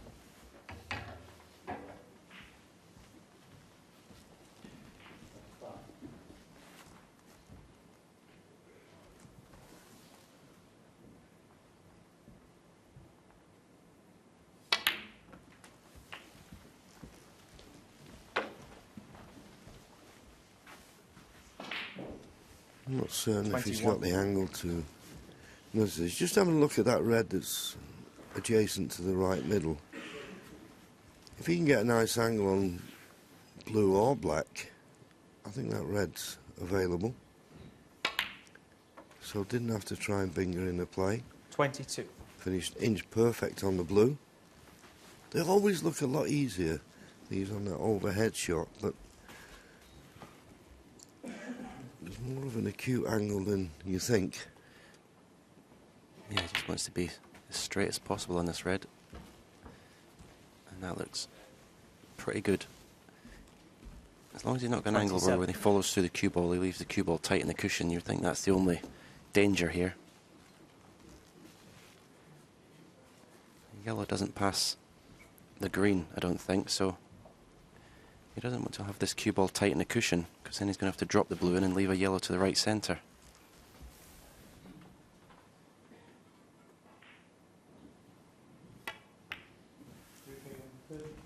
$28. Well, if the yellow doesn't pass the green, it doesn't look likely. You've got a little bit of work to do here with the cue ball.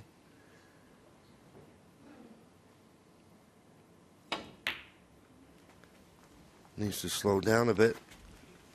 He's played it well. Controlled that very nicely. Okay, it'd like to have been absolutely straight on the yellow, and then it'd have been a formality to pot it and be on the green, but he's given himself a chance. 5 points in arrears. Still needs up to and including the pink. Trying to pinch a bit. Trying to pinch a bit of the pocket to hold for the green.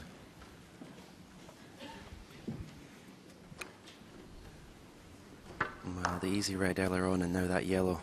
It's just the first signs of Anthony McGill starting to feel a little bit of pressure in this match.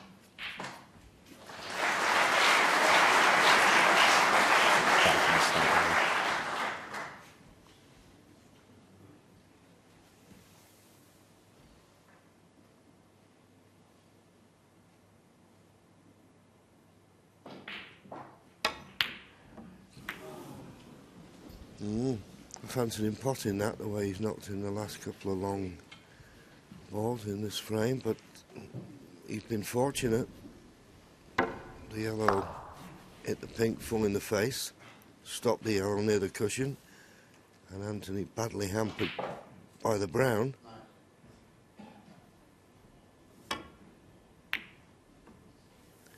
And considering he was badly hampered by the brown, what an excellent shot. Well, whether it deserved that or not, I don't know, but nevertheless, it was a good shot to get back to the balk end, and he's had a bonus.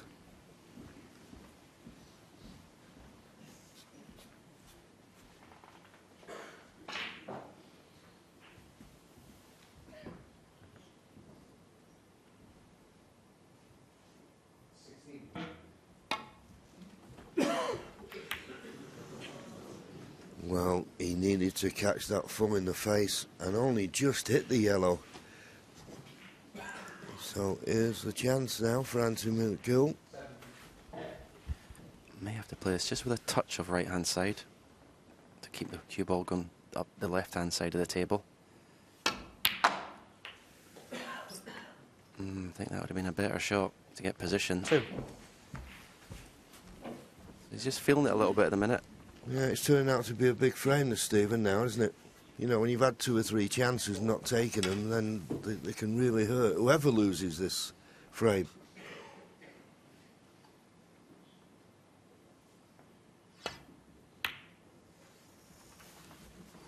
Thank you. Anthony McGill, 2.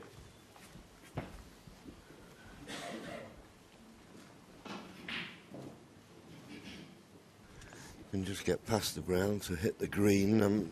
Depends how much he can hit of the green. And obviously he didn't want to hit it so thin that he could possibly go in off in the right middle. If he can hit it half ball, he could send the green up and down the table, but he's got to be careful he doesn't cannon into the blue coming off the side cushion. It's one of those, from our position, it's hard to tell exactly what he can play because we're not right behind the shot.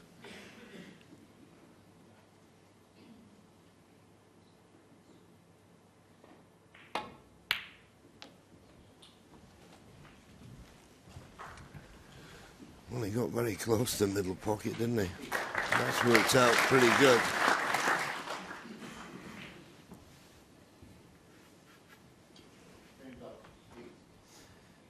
Well, this could be one of these occasions where the safety is as difficult as the pot.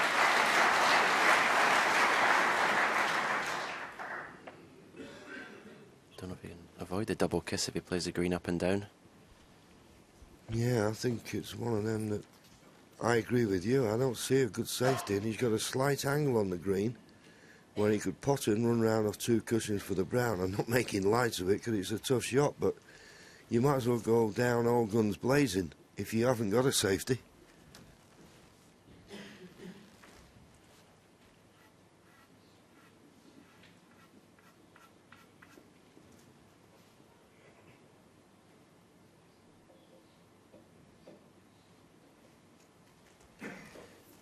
There's the angle you see John mentioned. So he would have some sort of pot in the brown to the left middle if he got this green. Well, he's chosen to play it up and down. Oh well, he's played it very well.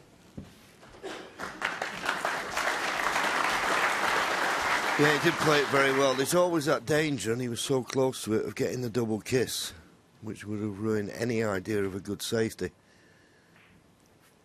But he just managed to avoid the double kiss. Didn't have to risk the risky pot on the green. So this frame's still in the balance.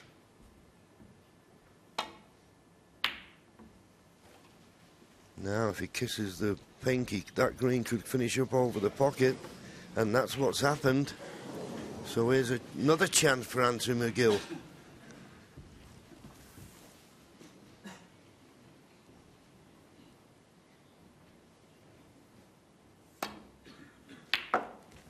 That puts the points all square. Brown, blue and pink needed.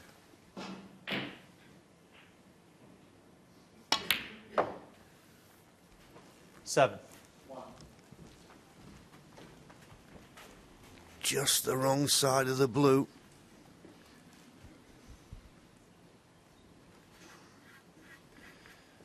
No, this will test his cue power.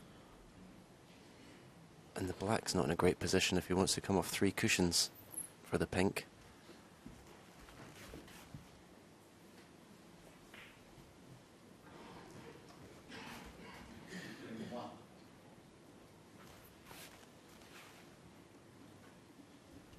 Well, it's decision time, and I don't think he can just pot the blue and leave himself a thin cuss on the pink. He wants the pink to be easier than that.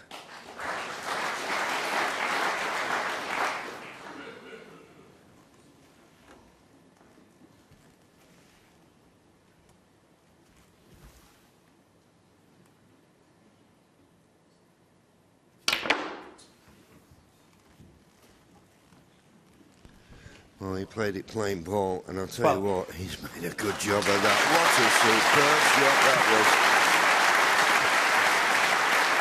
Cued it beautifully. Pink for a 2-frame advantage. Well played. Needed a few chances. It was a frame that could have gone either way. Mark Selby had his opportunities. Didn't take them. Anthony McGill holds a 2-frame advantage at the mid-session interval. 7-5. Could we be looking at a possible upset here at the Crucible? Defending champion Mark Selby up against it. We knew it was going to be top quality, but that was great stuff from Mark Selby and also Anthony McGill. They're on a mid-session interval now. When they return, you'll be able to watch that on the red button, connected TVs, online, usual ways, smartphone devices and the BBC Sport app.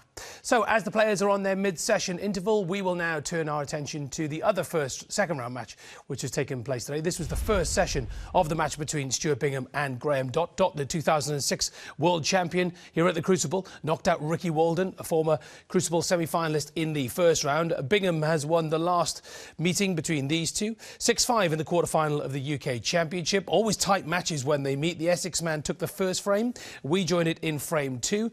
Dott leading 66-37. Bingham needs a snooker.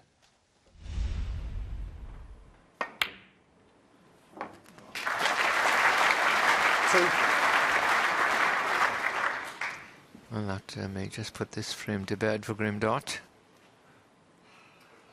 The problem is he's snookered himself. He may see, even if he see an edge of the green, he's not going to try it that way because he could go in off. So if he plays 2 cushions here, he'll definitely give a free ball away if he misses it, I should think. Can't see if he can play. Well, he can play off a single cushion, but I think the middle pocket's in the way.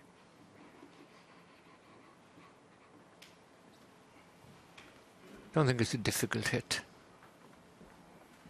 Of course, because now he's part on his 31 in front. If what he doesn't want to do is give the free ball away. Oh, it's fractions. Now is it a free ball? Graham Dott 2. No free ball. Bingham 4. So in a way, it is a good way to play that shot for Graham. He's not one to make tactical mistakes normally. He's very sharp. Check that still. It'll be safe and sorry.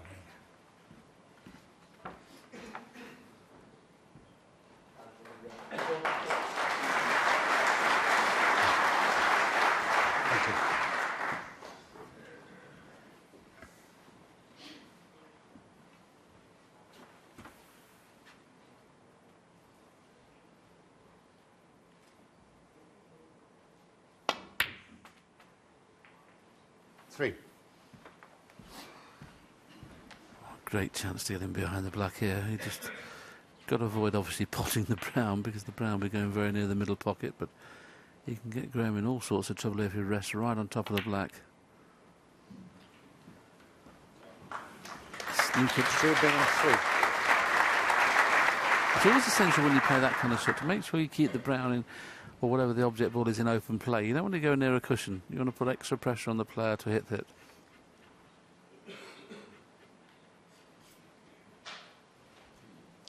And because they missed the green earlier on, of course, yeah. So Bingham can win the frame if he misses this. Bit wide. Oh, no, he's okay. Swung off that last cushion quite wide then. Very good. A lot of the times when your opponent leaves you in the snooker, it's quite an easy escape, but Graham's had a few here that have been difficult to judge.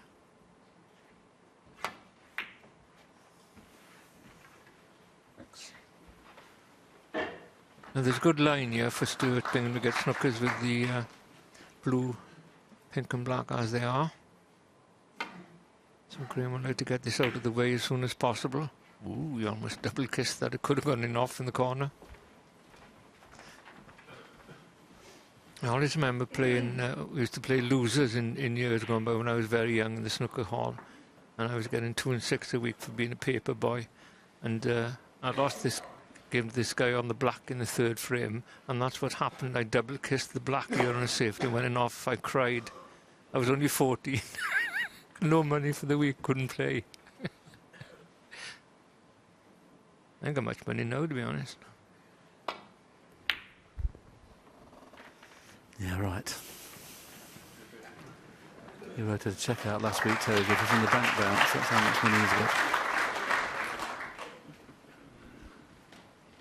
Another excellent shot. 2 cushion escape again, though. Usually players hit these with a lot of regularity when it's 2 cushions escapes. Got to make a telling snooker at some stage.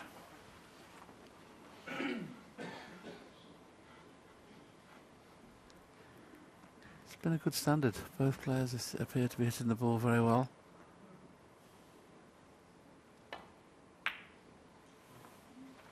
Now this one's a little bit more difficult.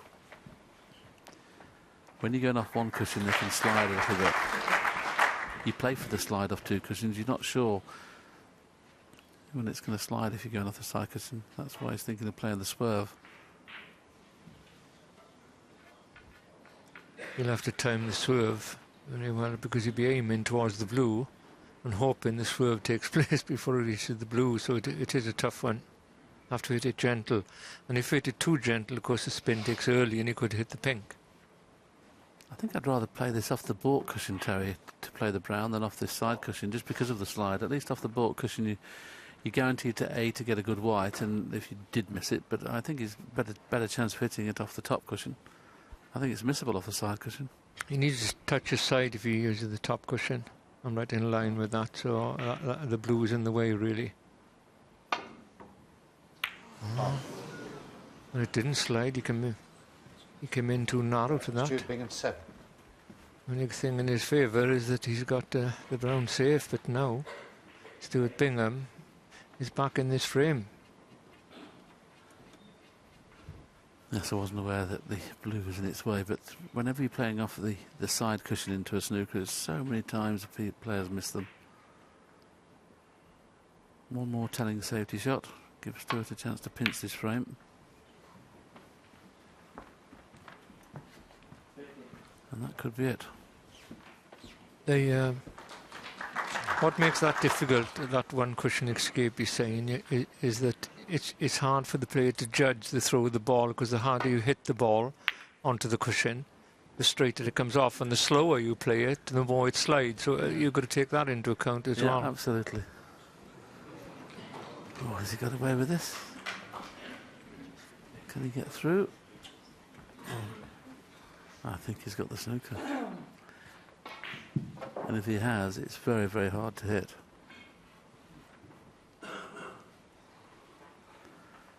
Stuart's expression on his face when he saw that cue ball coming down. Look at that, he knew it was going to be snookered. I think he was just smiling at Graham, saying, you've had a little bit of luck there. I think, looking at that angle, I think, could he play a slow swerve? Once again, the same scenario, Ted. The blue might be in the way. Yeah, I'm not sure if the blue's in the way, but also he'll have to hit it so gentle to get that swerve on. But he may be playing cushion first here, which should be so difficult. He's playing that well now. Is he getting the snooker back behind the pink, possibly? Good shot. Not quite as well played, yeah.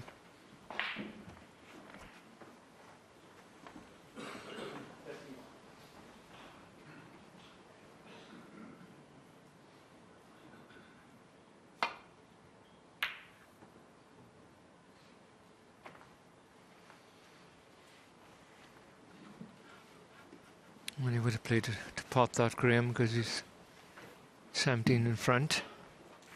He'd have been safe then again.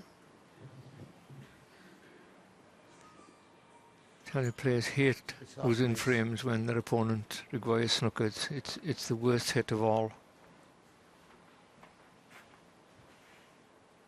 Mentally, that is, of course. Chance here.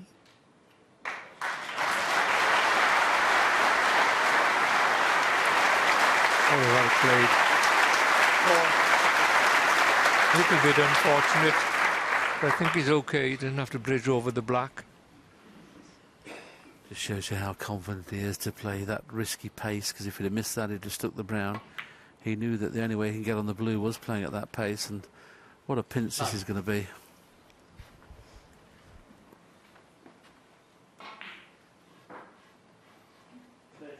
Seen the first quick bounce off the cushion there when he potted that blue. It's put Stuart Bingham in a more difficult situation, certainly not impossible. And she had enough angle there to miss the middle pocket with the screw back. 15. And that is very well played. First class positional shot.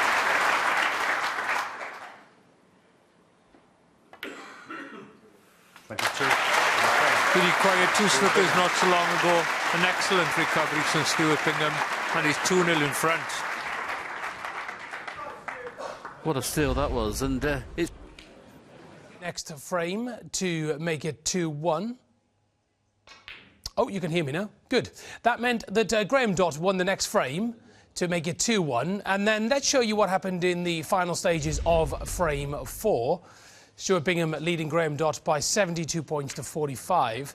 And Bingham, as I said earlier, always tight matches between these two players. And this one looks like it's going to be very tight as well. Stuart Bingham not potting the blue, but he actually won this frame to lead by 3 frames to 1 rather, as they go into the mid-session interval.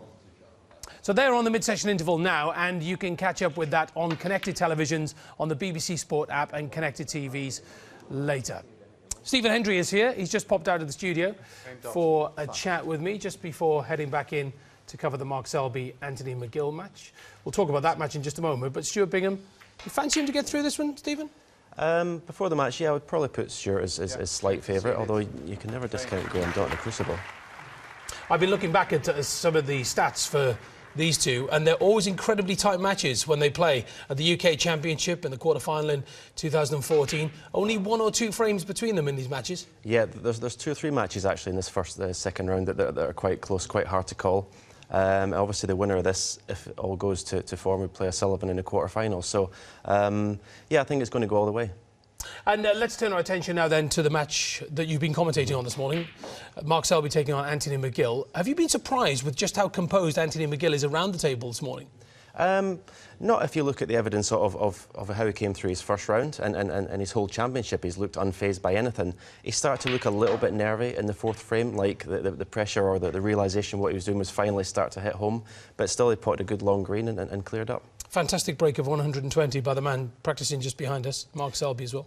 Yeah, and obviously when he made the century break, I said in commentary that's what he needed to get going, but obviously he missed a couple that he wouldn't be happy with in the 4th frame. So he's experienced enough. There's a long way to go in this match. Yeah, it's never easy doing interviews in the practice room when the bloke you're talking about is right behind you. Too critical. So we'll tailor the questions. But, you know, is it far too early to suggest that Mark, the defending champion, is under any pressure in this match? Of course he's under pressure. He said yes. Absolutely, he's under pressure, you know, as soon as he arrived here as defending champion. But he can cope with that. He knows he has to play better in this match, and I'm sure he'll step up when it's required. And there are lots of people talking about Anthony McGill. Obviously, he's a crowd favourite here. There are lots of people on social media saying he's my new favourite snooker player right now. It's far too early to measure how good he is and how far he can go in this tournament. Yeah, and again, as I've said in commentary, I think he's not winning enough frames from his first scoring visit. I think if he's got aspirations of winning a World Championship, he has to start doing that. He's not made a century break yet in this match. But, as you say, his temperament is fantastic. He seems to get over disappointment very quickly. Good stuff. Thank you very much indeed, Stephen Hendry. Stephen's going back to commentary then. If you want Mark Selby, Anthony McGill, that match will be available on the red button very, very shortly. The players are due out very soon. And then Hazel is back at 1 o'clock on BBC Two with further live coverage of the second round matches. She'll bring you right up to date with Mark Selby, Anthony McGill, and we'll also see Ding Junhui taking on John Higgins. We'll see you then. All of us here. Bye for now.